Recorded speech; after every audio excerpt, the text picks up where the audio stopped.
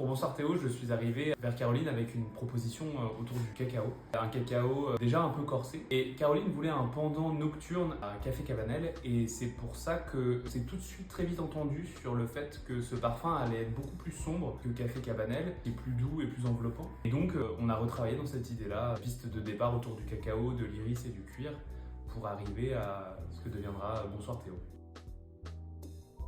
En fait, on cherchait au début quel alcool on allait pouvoir associer à cette base. On cherchait un peu un troisième protagoniste à l'histoire. C'était vraiment un alcool qu'on cherchait. Ça allait parfaire le tableau autour de cette notion de soirée. On a opté pour le rhum qui offrait quelque chose d'un peu plus joyeux, en fait, un peu plus effervescent. C'est vraiment à partir de ce moment-là que Bonsoir Théo a acquis vraiment toute sa singularité, sa complexité.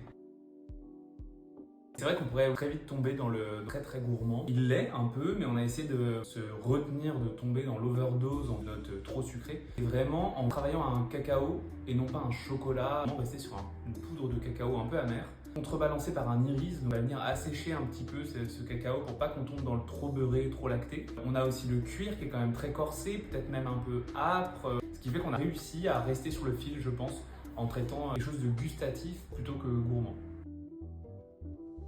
Alors, la pyramide olfactive de Bonsoir Théo, c'est tout d'abord une ouverture sur un rhum ambré, chaleureux, poudre de cacao amer, soutenu par un iris, et puis sombre peu à peu sur un cuir ambré assez corsé et un fond boisé et musqué, avec des touches de fève tonka, de vanille, voilà, qui viennent complexifier tout ça.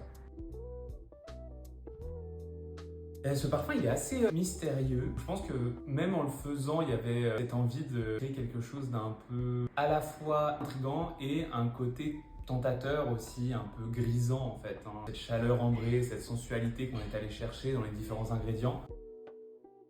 Bonsoir Théo, c'est vraiment, je pense, un parfum déjà pour quelqu'un d'un peu audacieux, disons-le, un peu audacieux. C'est vraiment un parfum qui a du caractère. Parfum pour quelqu'un qui veut vraiment avoir une aura autour de lui, aussi quelque chose d'habillé, je dirais, et en même temps avec une certaine sensualité, qui aime qu'on le regarde et qui recherche du confort, parce qu'on a quand même cette base ambrée qui apporte du confort. Donc un peu tout ça à la fois. Certaines personnes y trouveront un côté un peu doudou et un peu chaleureux. Bonsoir Théo, c'est le premier opus des Instants Parfumés que je signe et l'approche est complètement différente des expressions. L'approche de départ n'est pas la même. Pour les instants, on est vraiment sur véhiculer la sensation d'un moment, sur quelque chose de beaucoup plus abstrait. Là, on peut traiter un bubblegum ou un genmaisha sur les expressions. Là, on est vraiment sur l'évocation d'un moment et toute la complexité qu'il y a autour et donc toute la richesse qu'il peut y avoir.